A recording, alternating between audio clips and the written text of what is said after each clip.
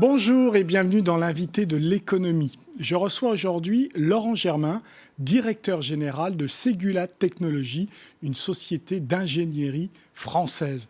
Bonjour Laurent Germain. Bonjour. Qu'est-ce que vous faites exactement ? Alors Ségula Technologies est un groupe mondial d'ingénierie, comme vous l'avez dit, de 11 000 collaborateurs implantés dans 28 pays. Alors ce que nous faisons, ce sont des études au profit de nos clients, donc des études complètes, par exemple sur les voitures du futur, sur les avions du futur, les trains du futur. Ah, par exemple, ce n'est pas vous, une fois que le produit est réalisé, qui mettez votre marque Ségula dessus. Alors, c'est Peugeot, c'est Renault, etc. Absolument. C'est frustrant, ça, non ? Nous travaillons dans nos bureaux d'études au moment de la conception des véhicules, des trains et des bateaux, par exemple, au profit de grands clients comme PSA, Airbus ou Alstom. C'est vrai qu'on entend peu parler de vous quand même, Ségula Technologies. Quand on dit ce nom-là, ça ne parle pas tout de suite. Pourquoi ? Ce qui est un peu contradictoire, car c'est un groupe de 11 000 personnes qui connaît une croissance importante. Le chiffre d'affaires a progressé de 60% sur les 3 dernières années. C'est un groupe qui est très présent à l'international, avec la moitié de ses effectifs aujourd'hui hors de France. C'est donc l'exemple d'une ETI française qui devient un grand groupe et qui est très internalisée. Donc, entreprise de taille intermédiaire. Vous n'êtes pas connu aussi, pourquoi ? Parce que en France, ça a été une grande spécialité de la France, les ingénieurs. Et est-ce que ça disparaît pas un petit peu aussi ? Alors pas du tout, il y a toujours une grande reconnaissance de la qualité des ingénieurs français.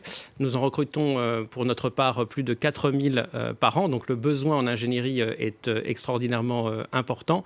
Et la qualité de nos collaborateurs, c'est une des clés pour gagner des contrats en France, mais aussi à l'étranger, puisque certains des contrats qui sont gagnés à l'étranger sont réalisés dans nos bureaux d'études en France, comme par exemple dans notre grand centre technique de Trappes, où plus de 2000 ingénieurs travaillent sur les voitures du futur. Alors vous, Ségula, vous ne disparaissez pas, mais est-ce que ce n'est pas dû à votre stratégie qui est d'abord et avant tout l'innovation et pas l'industrie de papa, quoi ? Alors c'est vrai que pour nous, l'important c'est d'apporter une valeur ajoutée technologique à nos clients. Donc nous travaillons sur des ruptures technologiques. Je vais vous citer 3 exemples.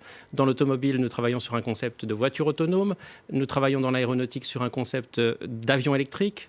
Dans l'énergie, nous travaillons sur un concept de stockage d'énergie sous-marine en mer. Donc effectivement, nous travaillons sur les ruptures technologiques et les compétences de demain. Alors, certains de vos concurrents sont déjà à la voiture volante, au taxi volant, comme Uber. Vous êtes dessus ou pas ?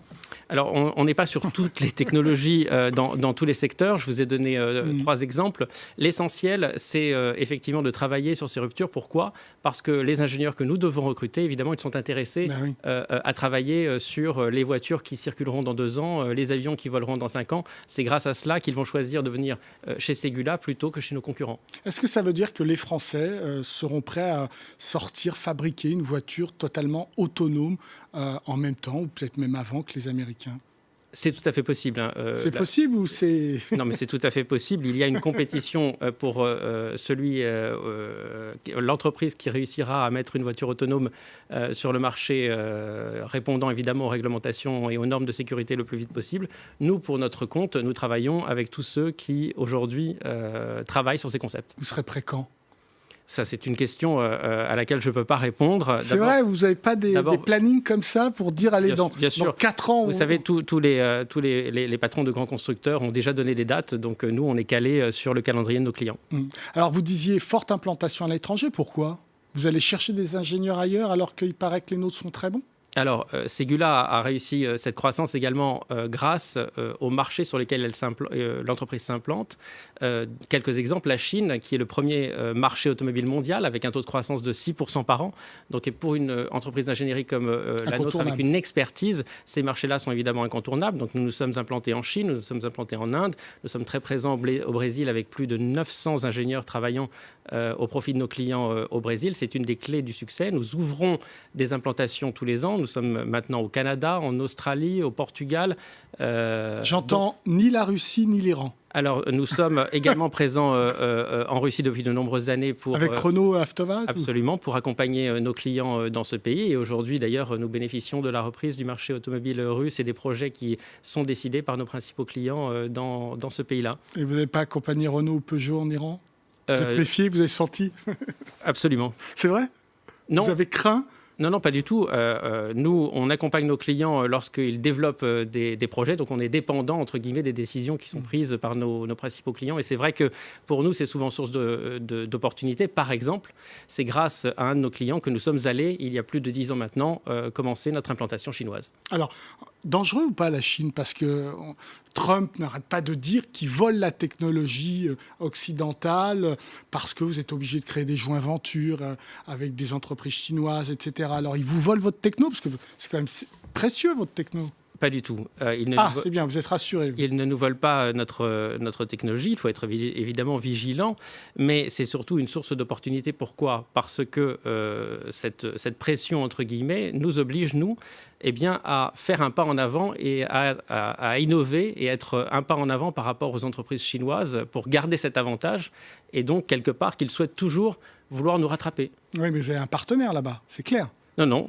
Vous êtes complètement autonome en Chine? Absolument. Donc, pas de souci. Ils sont très forts sur les batteries? Alors évidemment, le gouvernement chinois a lancé un très gros programme et a décidé d'affecter énormément d'argent public dans le développement de la voiture véhicule électrique. Ségula a beaucoup d'expertise en la matière. On a travaillé sur beaucoup de projets de véhicules électriques pour nos clients à la fois en Europe mais aussi à l'étranger. Et donc aujourd'hui, les nouveaux acteurs émergents chinois, ils travaillent avec Ségula sur leur prochain projet de véhicules électriques. Quand vous êtes à l'étranger, qui vous rencontrez comme concurrent sérieux? Alors, à l'étranger, on a deux types de concurrents. On a les concurrents traditionnels qui sont implantés comme nous partout dans le monde. Et puis, nous avons aussi des clients et des concurrents plus locaux. Alors, Ségula a des avantages comparatifs à faire valoir. Nous avons une très grande proximité client avec une densité d'implantation souvent beaucoup plus forte que nos concurrents. Nous avons la capacité à gérer des grands projets chez nous, dans nos propres bureaux d'études, ce qui n'est pas le cas de beaucoup de nos concurrents. Et puis, nous avons un modèle équilibré entre le fait que nous envoyons des collaborateurs travailler dans les bureaux d'études des clients, mais aussi nous travaillons dans nos propres bureaux d'études sur nos propres projets. Vos concurrents, ils sont quoi? Européens, américains, asiatiques? Ils viennent de partout? Ils sont allemands dans certains allemands cas, aussi, puisque effectivement il y a une grande tradition d'ingénierie en Allemagne avec de très grands ingénieristes. Mais comme je vous le disais, localement, dans des pays émergents comme la Chine ou comme le Brésil, les concurrents locaux aujourd'hui ont émergé et sont de vrais concurrents pour nous. Vous avez doublé vos effectifs en 5 ans? Absolument. En croissance externe ou... Alors, on fait chaque année depuis quelques années 20% de croissance avec 10% de croissance organique et le solde qui est fait grâce à des acquisitions. L'année dernière, par exemple, 2 acquisitions stratégiques ont été réalisées qui nous permettent aujourd'hui une présence forte en Allemagne avec plus de 500 personnes et 500 ingénieurs travaillant pour les clients allemands. Groupe coté ou pas? Non. Ségula Technologies est un groupe français, 100% familial, qui continue à se développer grâce à ce capitalisme familial. C'est l'exemple d'un capitalisme familial qui peut, en France, avoir autant de succès que celui qu'on met en avant en Allemagne. En quoi ça vous aide de ne pas être coté? Ce qui est intéressant, c'est que le capitalisme familial permet d'avoir une vision de long terme, d'être moins contraint par la rentabilité de court terme exigée par les marchés et nous permet donc, notamment vis-à-vis de nos clients, de tenir une stratégie sur le long terme, ce qui est très apprécié puisque les clients ne veulent pas, entre guillemets, voir leurs ingénieristes changer de pied au milieu d'une stratégie.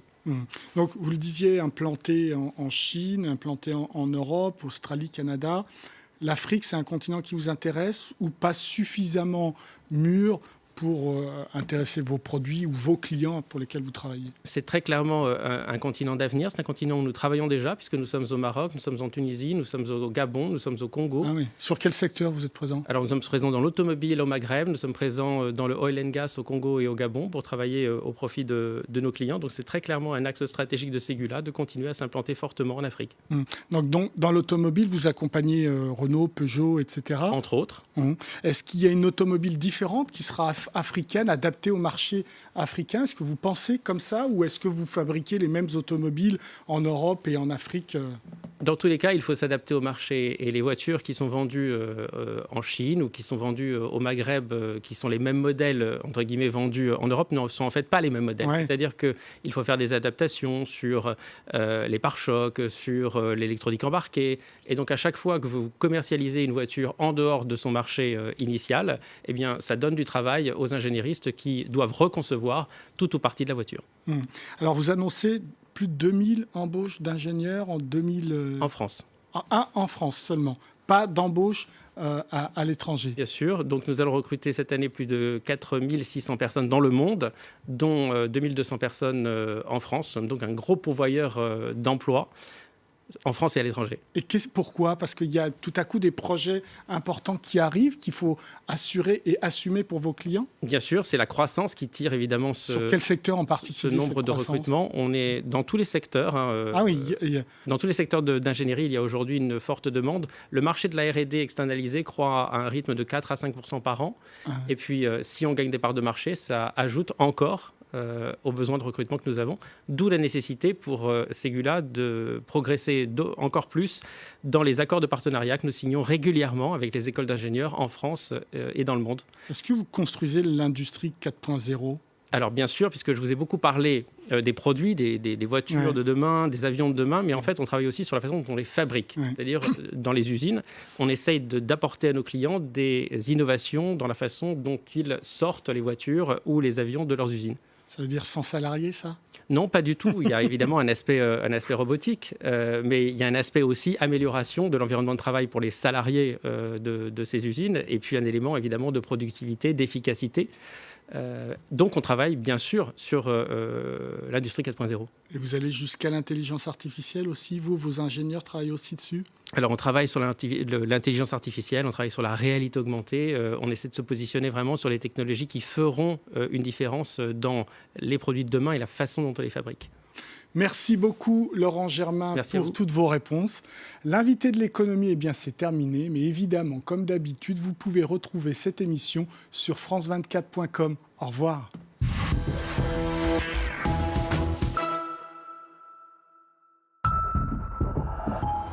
La semaine de l'écho, présentée par Stéphanie Antoine.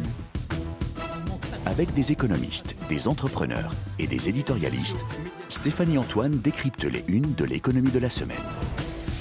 La semaine de l'écho, à voir sur France 24 et sur france24.com.